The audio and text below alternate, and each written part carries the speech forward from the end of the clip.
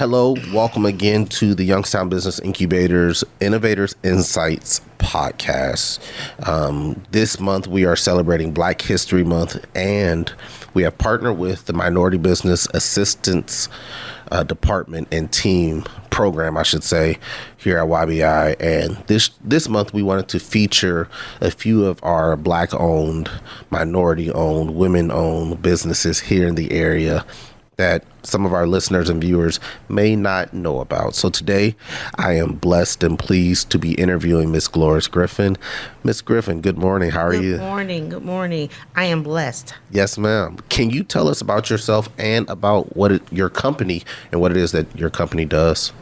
So, my agency is Gloris Counseling Services, and we also have the SPG Foundation. We are a Black-owned mental health agency, and also we do substance abuse and mental health treatment in Youngstown and Warren area. Okay. So we do all different types of groups. We work with children, and we work with people of all ages. Wow, that was going to be my first question. I am a father, so I was going to ask if you have services for children. Yes, we do. That's beautiful. I consider our program culturally sensitive. And when I say culturally sensitive, I don't only mean of African Americans. When we say cultural, we just mean who you are as an individual. We see the person in the chair, and that's who we work with. Nice. That is awesome. So, when did you start your business? I started my business November of 2020 in the middle of COVID. Wow. Okay. So we stayed open the entire time. Beautiful.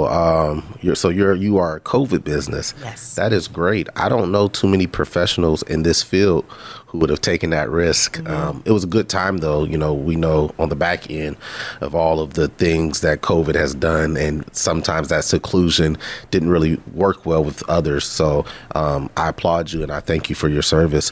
What made you start the business?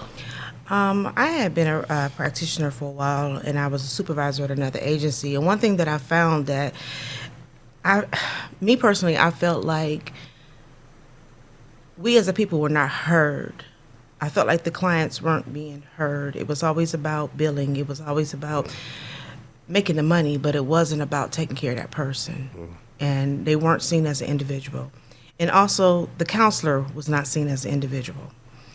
And I kind of got fed up, and I quit my job, and I opened my own agency. Wow. And that's how it started, me by myself. And I decided I didn't want to open a private practice, and that's why I always tell people I'm not a private practice, I'm an actual agency, because as an agency, you can provide more services that you can't as a private practice. Okay.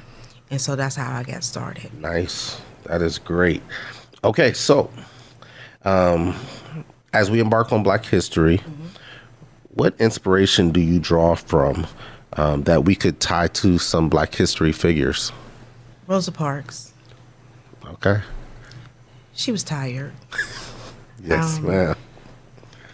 Just sitting there, I think about her, and she just sat down. You know, she was so tired, and she felt like she was, what else can I do? You know, and she thought about all the different people who went through what they went through, and she was tired. Okay. That's the best way I can put it. And to just sit there, and she was even sitting in her section, and she was tired of being picked on. And that's kind of how I felt when I opened my agency. You know, I'm looking at people who don't know what we go through as a people. And when you sit across from somebody who don't get you and don't really care to get you, it's hard. And then being in a managerial position, and you listening to people tell you how to treat your people, and they have no clue what we've been through. You know, and I was tired of it. And I walked out on faith because my God is so good. And this is my second career. Okay. You know, I started, I worked in corrections, and I was an officer, and I watched those mental health practitioners, and I worked out here on 616. And I watched these clinicians work with these guys who locked down 24/7. And I thought, my God, these guys who really wanted they're making change. They're changing their minds. They're healing. And if they could do it, I can do it too, you know? And so I went back to school to be a clinician, and I never thought about owning a business. I thought I was going to be the one sitting in the chair, so you feel, you know, but God had a different plan for me. And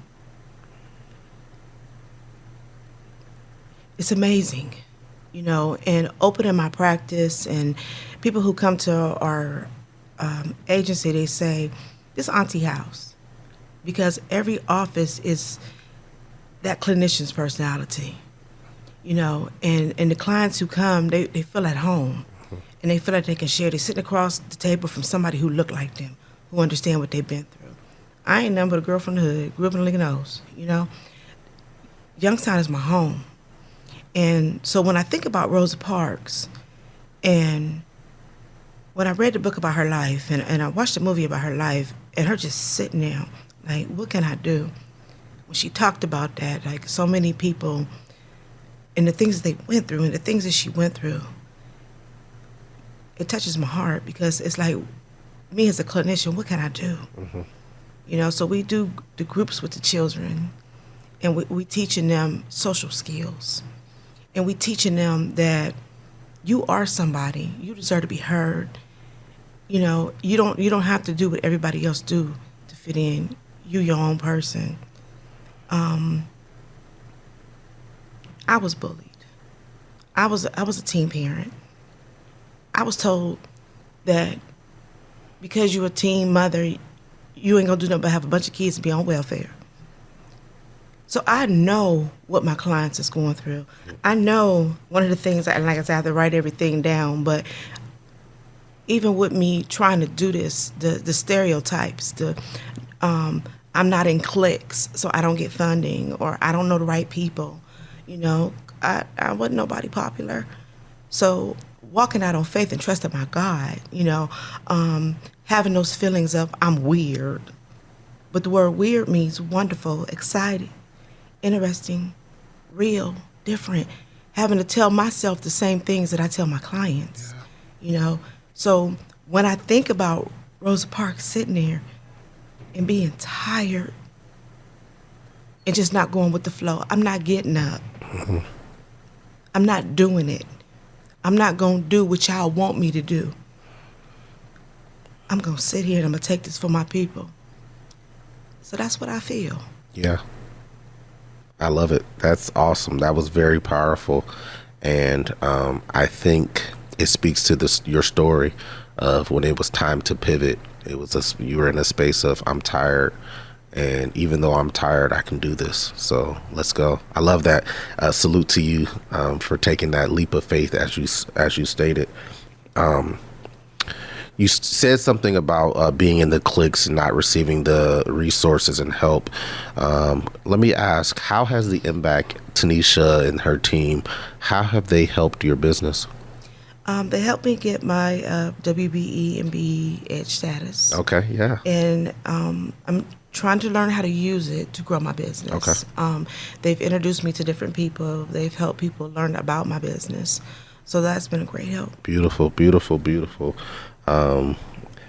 Congratulations on that certification, your WBE and BE certification. That is something that I deal with specifically. So we will be in contact soon. We were talking about it before the podcast started. Let me ask you a question. A couple more questions and then we'll be done.